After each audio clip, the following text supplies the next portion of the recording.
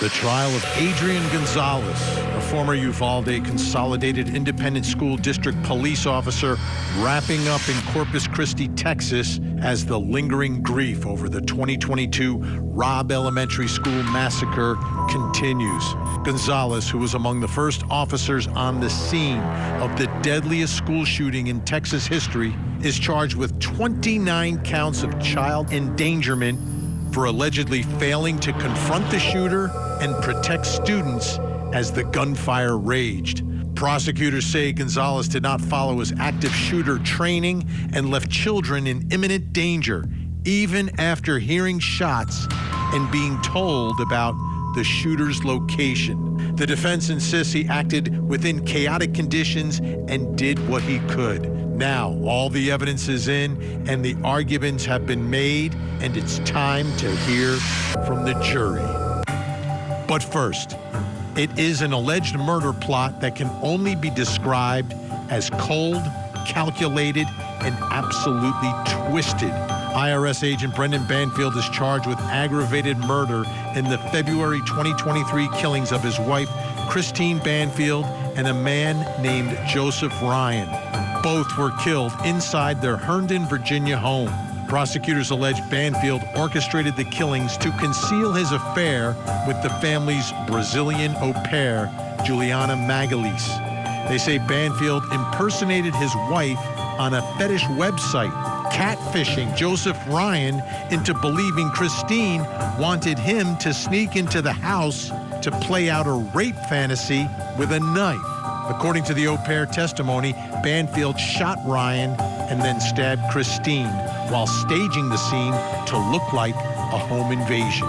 Banfield is facing life behind bars and has pleaded not guilty. And today, the defense presenting their evidence in the case. And tonight, you will see all the big moments. I'm Vinny Politan. Thank you so much for joining us here on Closing Arguments. As you can see, we're in a verdict watch in Texas in the Uvalde school officer trial. Anything happens there, you'll see it, you'll hear it right here on the program. But I want to begin this hour talking about the au pair affair murder trial. And I want to begin because even though we're at the end of the prosecution case, I have a lot of questions. Like, did she know? Did Christine know? Did she have any idea that her husband was having an affair with the family's au pair? Was traveling to New York to spend the new year with the au pair? Was engaging in shenanigans inside the marital home? Did she know? Did she have any idea? And if you believe the prosecution case, and if you believe the au pair, did she know that her husband was capable of plotting her murder? Another question I have is about the au pair and Brendan Banfield. Were they in love? Was this about love? About wanting to spend a life together? Getting rid of Christine? The reason, now again, if you believe the au pair's testimony that they plotted and planned all of this together, they'd have to be in love. Like, what else could drive you to the point to come up with this really cold, calculated murder plan? Unless you were in love and you were going to spend your lives together and you needed somebody out of the way. I mean, my answer to the question, I believe that they were. That they absolutely were, and that was part of the driving force here.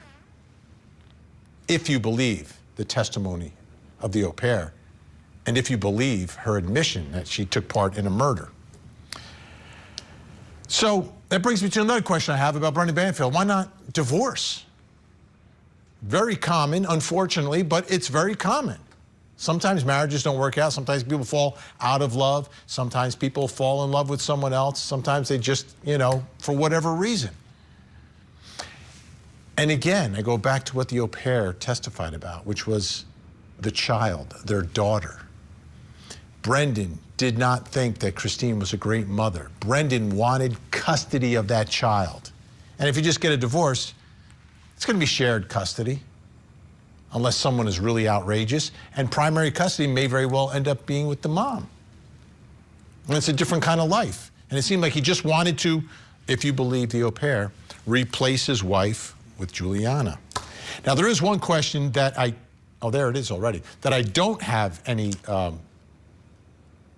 there's one question that I have the answer to already, and that's the question of why the au pair pleaded guilty. Because she's going home. At the end of all this, she just goes home. Easy, right? All right. We're in the defense case. Let's bring in Court TV legal correspondent Kelly Craft, join us live from outside the courthouse in Fairfax County, Virginia.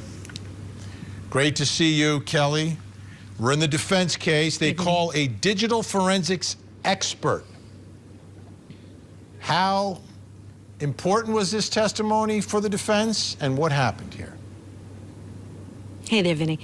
Definitely very important for the defense, because what the defense is saying is that this digital forensics expert, his findings really go against this catfishing theory by the prosecution. So their idea that Brendan and the au pair were on Christine Banfield's devices. They used those devices to lure Joseph Ryan to the home. But this witness in particular is saying that in his findings, there was no indication that Christine Banfield ever gave up possession of those digital devices. We're talking about her cell phone as well as her computer. So that is very important for defense counsel's case, because that refutes the entire prosecution theory that this was a setup, this was premeditated, and that they had this whole thing planned. So important testimony. I will say, sitting in the courtroom for this testimony, it was a little bit chaotic, a little bit of a mess when defense counsel was questioning him. Then he had another digital forensics expert come in, and there were a lot of objections by the Commonwealth. Eventually got the act together and got out some important testimony. Let's go ahead and play a little bit of it. What's the significance of January 9th, 2023 in this investigation? That was a date that a Gmail account was created. Okay. Based on what I had at the time, it indicated that the device owner was using the device. Okay. Now, you've put in this summary January 17th. Is that a significant date? Yes. Okay. What's the significance of that date? That was another date that an account was created. And was that the FetLife account? Yes. Okay. And what's the relationship, if any, between the Gmail account that was created on January 9th and the FetLife account that was created on January 17th?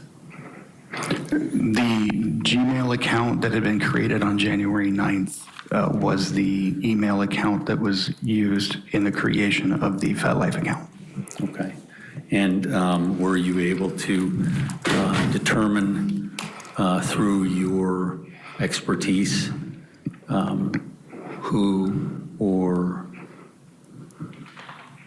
who had control of the device, Christine's devices, on that day?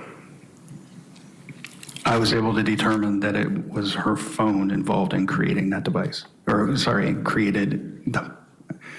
was able to determine that it was her phone used in the creation of that account, okay, based on a variety of returns. And did you make any conclusions at that time? So he made these findings, Vinny, before the au pair came out and said this whole thing was a setup, that they orchestrated, her and Brendan Banfield orchestrated this entire thing, got a hold of Christine Banfield's devices and pretended to be her. In light of that new information, the witness that you just heard testify was asked to review his findings, and his findings did not change. So defense counsel really made that clear, and also talking about the fact that he eventually was transferred out of the department. I will tell you, sitting inside the courtroom, when he was talking about being transferred, there were a lot of eyebrows being raised because people were wondering, well, why was he transferred? And he said he was transferred because of his workings on the Banfield case. Oh, that's problematic. Oh, that's a problem for prosecutors. That is not good. That's not good. Okay. Defense also called their own blood spatter expert. We had a lot of testimony about blood spatter, the significance of it, trying to place Brendan Banfield at the scene at the time of the killing. What do we know about that? This particular witness was saying that this evidence, blood evidence, is really not a science, it's an art, and you have to look at the shape and the size of the blood droplets. And her conclusions did not, she did not come to the same conclusion, of course, as the Commonwealth's witness, who was saying and indicating that the crime scene possibly appeared to be manipulated. And this witness was saying, no, she could not come to that conclusion. Let's go ahead and listen to what she had to say. The size helps to inform that, and then the shape itself and the fact that we had this target surface to eliminate any of those other mechanisms, to only say that these are coming from trip stains and coming from above was part of the problem. Going further, if they were trip stains, it doesn't mean that because his arm was this way that he was down on the ground. It just means that the arm was in a position horizontal to where the passive drop was coming. The orientation of your body and where that is in relation to where the blood is coming from is going to be how it will look like on that surface. But it's hard to then say, oh, the person was in this position just because there's something circular here that I think is a drip stain, and therefore because it's coming from above, he has to be on the ground laying down. So during her testimony, Vinny, jurors were taking a lot of notes, and she was putting out a good thought in that we can't make that conclusion. When I looked at the evidence, this is what she was saying, and I looked at the blood droplets, I didn't even take it a step further because I didn't get these same ideas that the crime scene would have been manipulated. And again, another strong witness for the defense here in making some of the points they want to make here. Finally, I want to ask you about this because Brendan Banfield was not at the house in some of the videos that we've seen already, right? Because he went with Christine to the hospital, and there's some body camera video of Brendan that we and the jury got to see. Yes, and they played the audio of this inside the courtroom today, and during it, Vinny, Brendan Banfield, the defendant, was having a really hard time listening to it. He got emotional at times. This was when that audio was playing of when he was being told that his wife had passed away. Let's go ahead and play that. The status of his wife, ma'am. Hi, sir. My name is Gina. I'm one of the doctors here. Your wife has died.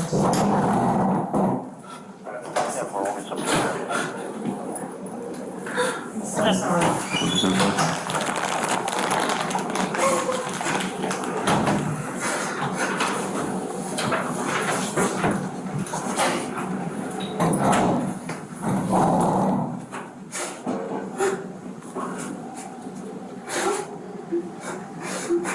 Where's the daughter? Where's what? She's still at the scene, sir. She's with the other officers.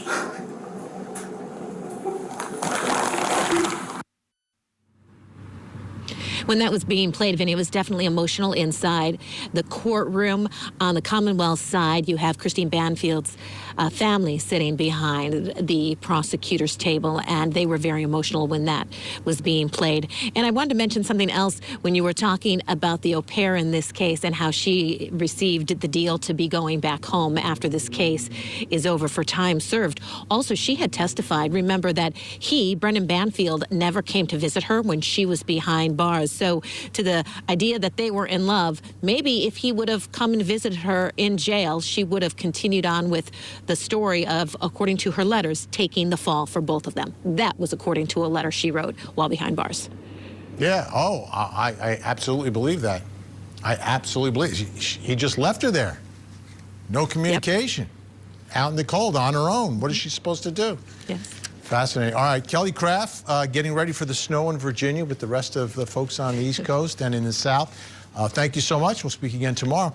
Let's bring in our think tank. Joining me tonight, live in studio, criminal defense attorney, former assistant state attorney in Miami-Dade County, and a former assistant DA in Atlanta, Daryl Cohen, also with us, criminal defense attorney and law professor Meg Strickler, and the man behind the glasses, criminal defense attorney Josh Schiffer. Great to see everyone. There's a bunch of places I want to go here, but let me start with this. What? Bunch of places. How about a bunch of places? How about people in relationships based on cheating and lying? Super not trustworthy. Right. Okay. Yes. But let's start here. I want to go back to something that Kelly was talking about, which is the creation of the account itself. It seems the defense is making the argument that there was an officer who felt like Christine is the one who made the account on FetLife and set up this kinky rape fantasy, knife play rendezvous for 7 o'clock in the morning. If that is their argument, then they're also arguing that the au pair had nothing to do with any murder plot, yet pleaded guilty. That's a lot for them to swallow. No, it's part of the Right, because that's the logical extension. If Christine creates it, it's not that the au pair is guilty of doing anything. She's 100% innocent and pleaded guilty to something she didn't do. It's get her done justice, because guess what? They got her done. They're going to get the big conviction, and the little convictions fall to the side. You'd be blown away how many cases where after they get the big target, all the other, doesn't matter. They dismiss co-defendant charges all the time, only after sitting on them for weeks, months, or years trying to get cooperation. Just remember, your cheating heart didn't work. That's all I've got to say. This is a very interesting defense. It certainly makes the courtroom more interesting. Jurors, we're not allowed to see them. They're not falling asleep. They're listening. Whether they're paying attention and believe it, we'll find out. And will it give us reasonable doubt? I mean, is it going to get to the point? Does the defense have to make that argument, or do they just say, this is no good, you can't believe her, you can't believe this? But like when you put together those two things, that Christine is the one who wants Joseph Ryan to come over, and the au pair then is making up all of this, or worse, the prosecution is feeding her lines. So where's the betrayal? What's the betrayal that the juror's gonna connect with? Is it the state betraying? Is it the defense betraying? There's a bunch of questions, right. And that's bluntly how you separate a jury, make them get into an argument, and potentially lead to a hung or an acquittal. So I get it. I'm in jail. He didn't come visit me. I'm not going to get mad. Oh no, I'm going to get even. How? But I want to go back to Brazil, frankly. I really need to get back to my home. I don't think this is credible. I don't think the jury is going to buy it. I don't even think they're going to lease it. Yeah, and just generally, just kind of forget all these facts and things we're talking about. In general, globally, he does not look like somebody who is innocent.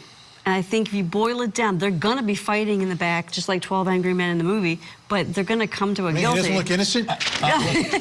We talked about this off camera, and his demeanor and appearance is one of the biggest struggles he has. Mm-hmm. He is not someone that you look at and go, oh yeah, let's invest a lot of trust. He worked for the IRS. He's a people person. Oh, absolutely. I'm going to get this people, I'm going to get that people. Yeah. But he'd have had some counseling from his lawyers to learn to sit a little more confidently. Right. Yeah, that does not look confident. No. Right there. No. Looks Dress guilty differently, and shameful. look better, understand how you yawn to relax your face. He's not doing anything that's helping. But how about this, though? And you know, we're coming off the Karen Reed case, right?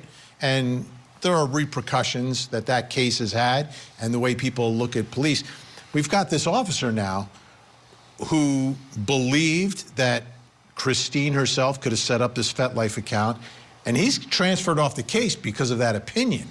Well, that's is that enough to get a juror really angry with the state and perhaps believe that it's reasonable that the state would feed the lines to the au pair and then give her a ticket to Brazil? Absolutely not. Too far. I think a juror could believe that, but they shouldn't believe that. And you're not going to get it. No. It's not enough. I think it's not a story, but I'm with Daryl that it could absolutely, especially if there's a couple, if it's not just one, but definitely something that would cause problems in a jury room. All right, we've got a lot to get to. Did you just see what happened, folks? Did you look? Did you see? Look, did the clock stop? The clock stopped. We're getting word. There's some action, perhaps a verdict, although I think it is a verdict in Uvalde. We'll take you to Texas for that verdict live coming up right here on Closing Arguments, plus coming up next hour. Tonight on Vinnie Politan Investigates, prosecutors say they have video evidence showing Paul Canero at his brother's house just before killing him. But was Paul Canero actually caught on camera? Tonight, we investigate.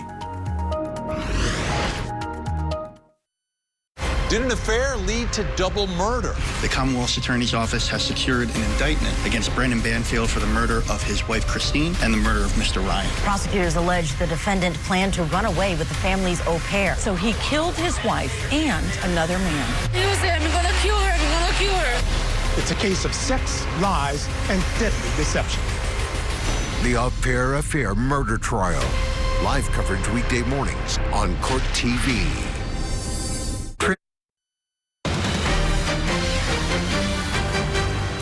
Welcome back. The verdict is in the Uvalde case involving former officer Adrian Gonzales, who is being charged with 29 counts of child endangerment for not taking action during the shooting in the school there that took the lives of 19 children and 2 teachers. You see folks gathering in the gallery getting ready for this verdict. It's going to take a few minutes. We're keeping an eye on it. We'll take you there when it happens, so you will see this moment when it comes up. In the meantime, we're going to continue our coverage of the Au Pair Affair murder trial. And I want to go through the prosecution's catfish theory in this case. We've heard that word a lot through the course of this trial. And it really begins with Brendan Banfield and Christine Banfield. This is a couple, and they are married. And my guess is that Christine believes that they are happily married. Christine, and there they are, the happy couple. Banfield, they then hire Juliana Magalese as their au pair, and when they bring her into the household, within a few months, she starts having an affair with the husband, the father, Brendan Banfield. Then, Brendan and Juliana, again, this is the prosecution theory, make a plan to get rid of Christine. They use Christine's laptop and phone and create a fake email address and a fake FetLife account under the name Anastasia. They contact different men on the website looking for someone to engage in a rape fantasy scenario. They eventually connect with a man named Joseph Ryan and arrange for him to sneak into Christine's room while she's asleep to engage in knife play. That's when Brendan comes in, finds his wife allegedly, being stabbed. That's what they believe the cover story would be. He shoots Joseph Ryan, then stabs his wife, and then makes it look like the intruder is the one who killed Christine. Now, before Joseph Ryan went to the house, there was an exchange of a bunch of messages back and forth, extensive, and a 40-minute phone conversation with the au pair. So, all this catfishing, I wanted to get to the bottom of this. How does this happen? There's only one person in the world that you want to speak to, and I want to bring him in. Special guest joining us, deception and catfish expert Nev Schulman is with us. Of course, you know him for years and years and years for the great work he did on MTV. Nev, great to see you. What's your reaction here, right? Because someone under these circumstances, right? So you're on this fetish website, so everybody's looking for a different kind of love, right? And he's able to be convinced that someone is trying to hook up with him who really isn't her. Are there flags that go up? Are you surprised that they were able to pull this off, if you believe the prosecution? Yeah, well, thanks for having me. If we are to believe the prosecution in this case, I would say it is very believable that any individual, whether they're on a fetish website or just Facebook, when approached with a scenario that appeals to them, in this case, a beautiful young woman saying that she'd like to engage in a sexual, fetish act, would very quickly, in most cases, buy into it. And I've personally dealt with so many situations where intelligent, young people have for months, and in some cases even years, been convincingly deceived by people of the opposite sex pretending to be, love interests. So it's very possible that this story played out the way that the prosecution says it did. What surprises me, though, is that, the details of it are pretty elaborate. I mean, for Brendan to have that much access and time on his wife's phone, to set up the accounts, to log in, to create the profile, to interact and message with people. I mean, that requires, I would imagine, a lot of back and forth, which to me seems, not impossible, but, to be sneaking on and off your wife's phone like that, as a married man is not something that I would dare do. So I don't know. That part gets me a little hung up. Well, apparently he was engaging in the affair with the au pair in the house while Christine was there also.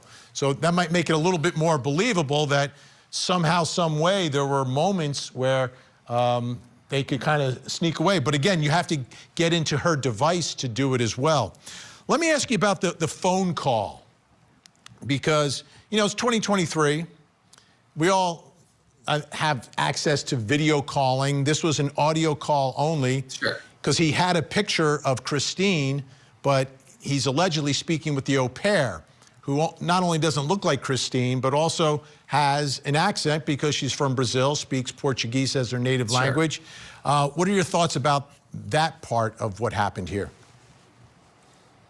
Yeah, I mean, again, if I'm an expert on anything, it's that when someone wants to be convinced of something or wants to believe that something is true, it's amazing what they're willing to overlook, whether it's just the complete absence of details or wildly obvious red flags.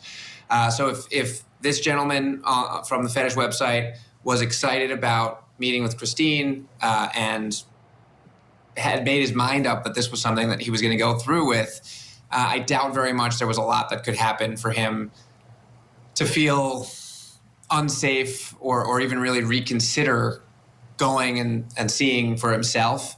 I think, a lot of guys feel as though, what's the worst that could happen? That, I'll figure it out. If it doesn't work out, okay, whatever. I've burned an hour or two and a couple gallons of gas, no big deal. Obviously, I don't think he ever thought he would end up dead. No, this is, I've been here at Court TV for many, many years. This is one of the most twisted, elaborate, alleged plots that we've seen, and it involves so many different layers and levels of deception taking place all at once. I have time for one final question with you, Nev, and again, we appreciate you coming on here. It's 2023, right? And I mentioned the video aspect of communications that happen these days. My question takes us even further away from this case, but just in general, is catfishing still taking place today, and are people still falling victim? Absolutely. My concern is that catfishing is actually getting easier and far more pervasive. Now it's easy for anyone to access technology with their phone via AI to not only create an entirely fake person, which becomes untraceable. You can't reverse image search. There's no way to really identify that this person is or isn't real. But even more so now, you can actively have a live conversation where it turns you and your voice and your face and responses into that of the person you've created. So, I'm very actively looking for ways to get back out into the world and continue helping people avoid the many red flags and pitfalls of digital online relationships, because there are more now than ever before. Yeah, it's getting scary. And all that's going to impact our system of justice as well. You mentioned AI, like what's real, what's fake. The lines are so blurred. Nev Schulman, great to have you on the program, the man who actually coined the phrase catfishing. We appreciate it. Have a great night. Thanks for having me. All right, folks, we still have our eyes on what's happening in Uvalde. Folks gathering in the gallery, in the courtroom. We're moments away from a verdict. You'll see it live when we return.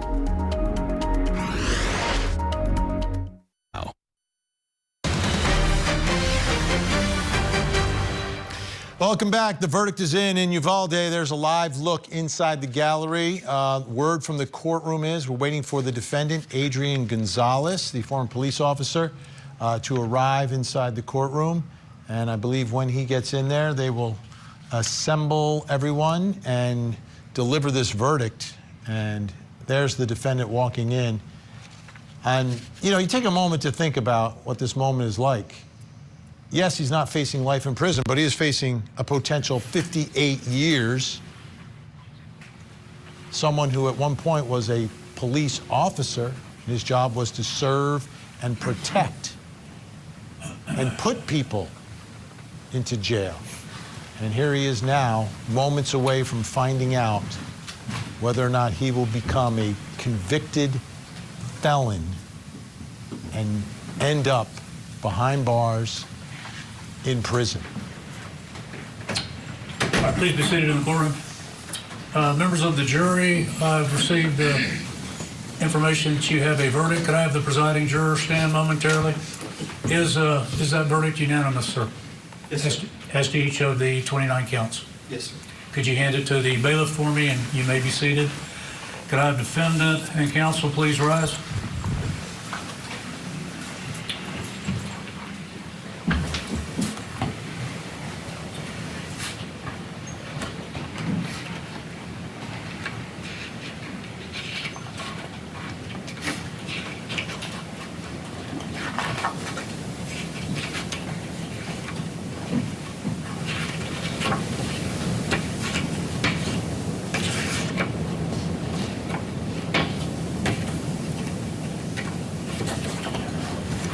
All right, cause number 25 FC 0001U, the state of Texas versus Adrian Gonzales. In each of the 29 counts, we, the jury, find the defendant, Adrian Gonzales, not guilty. You see it? All right, members of the jury, I want to thank each and every one of you for your close attention and your patience and being with us timely throughout this trial. I know it was not easy for you. I know everybody was drafted, nobody volunteered. It was a long endeavor, and I want to thank each and every one of you for being here. I'm going to ask you one more time to go with the bailiff to the jury room, and we'll release you from back there. But thank each and every one of you, and would everyone rise for the jury to be excused.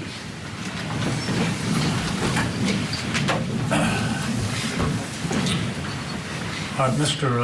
Gonzales, you were acquitted by the jury. Your lawyers can talk to you more about this, but you do have the opportunity within a timely manner to file for that expunction.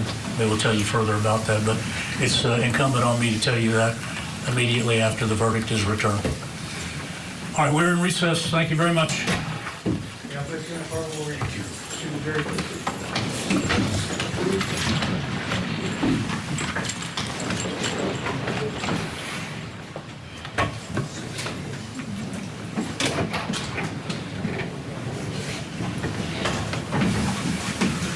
I'm going to tell them, folks, it's up to you. They're released from their instructions. Adrian Gonzales has been found not guilty on all 29 charges. He'll go home tonight a free man. Was facing real time in prison for his alleged inaction on the day of the massacre at Robb Elementary School on May 24th, 2022.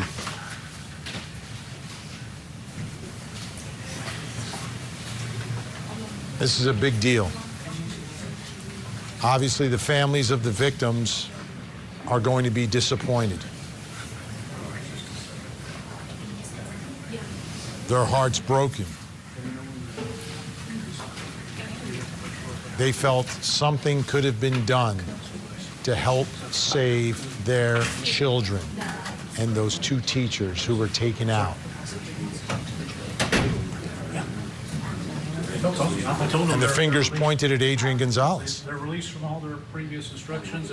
But the jury came back and spoke very clearly 29 times.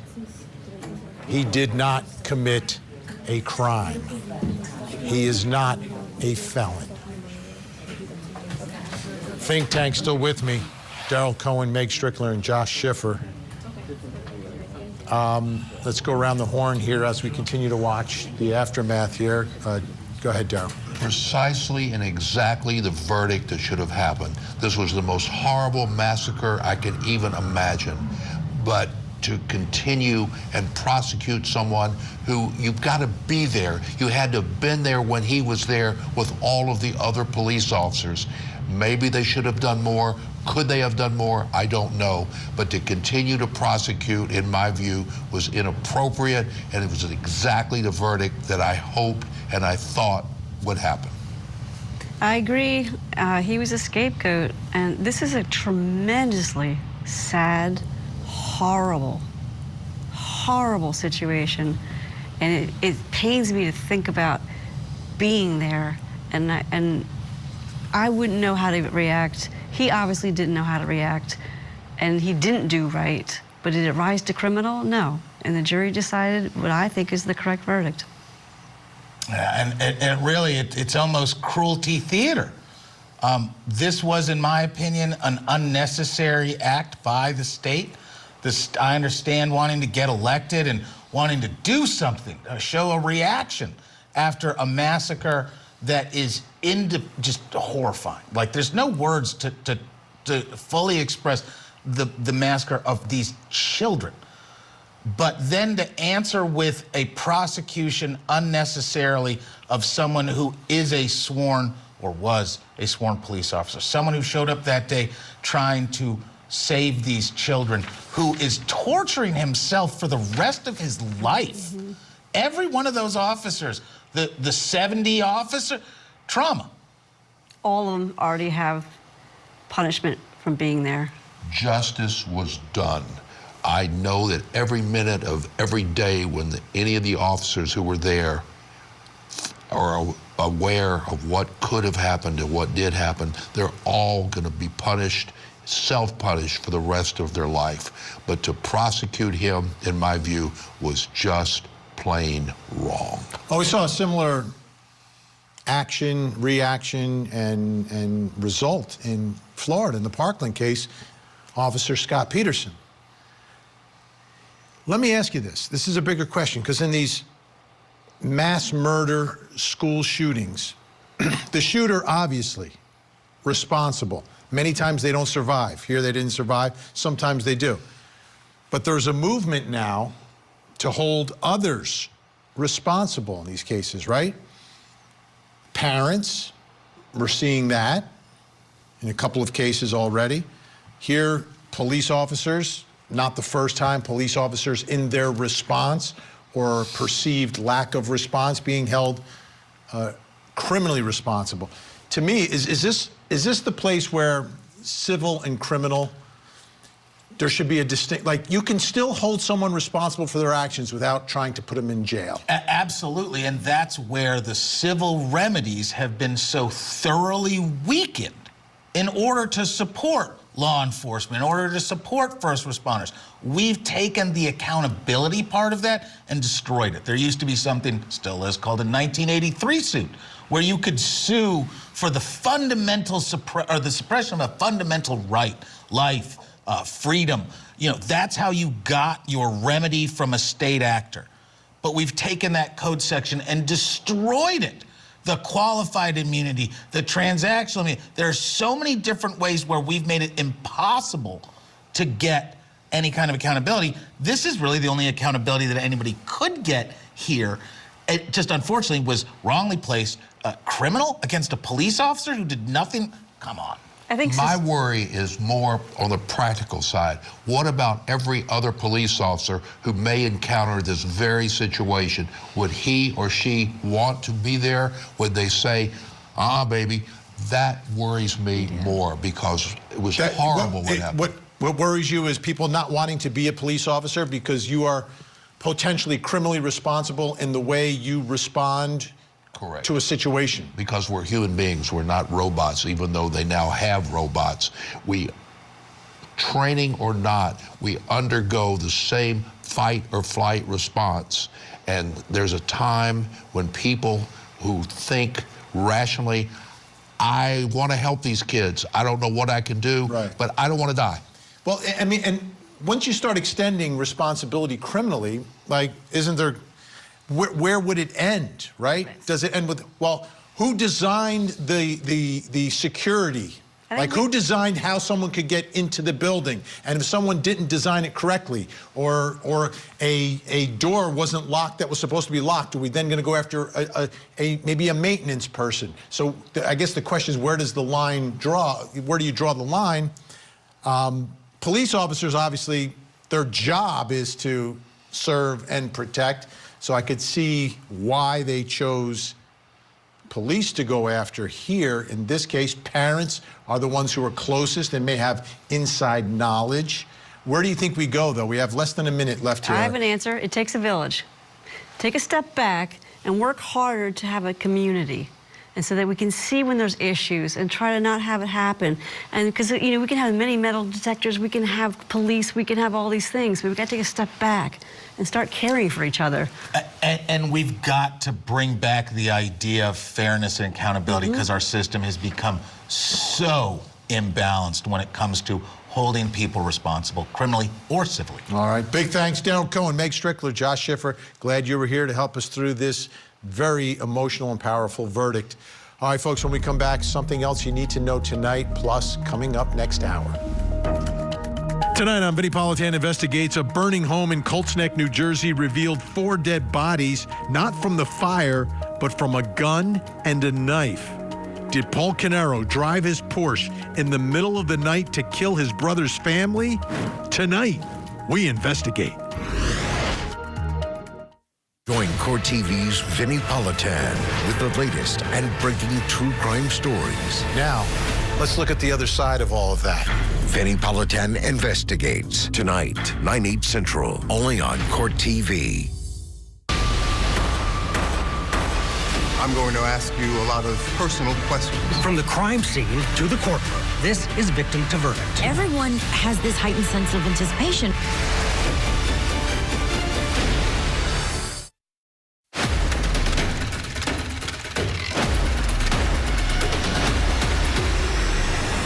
Welcome back. Time to reveal something else you need to know tonight. Let's take a look at the big board.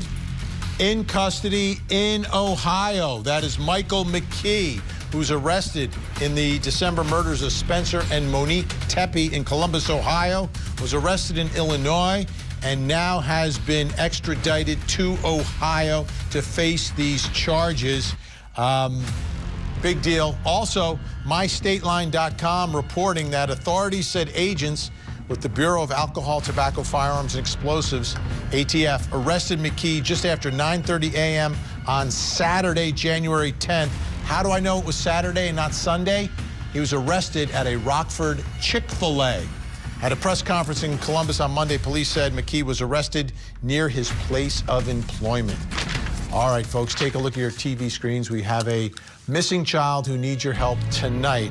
This is Nazir Clark, missing since January 15th out of Savannah, Georgia, just 15 years old.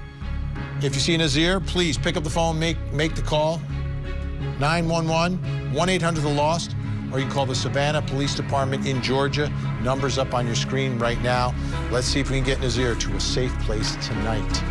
Don't go anywhere. We have another hour of live true crime. Vinnie Politan Investigates is next. In the meantime, please don't forget to hug the kids.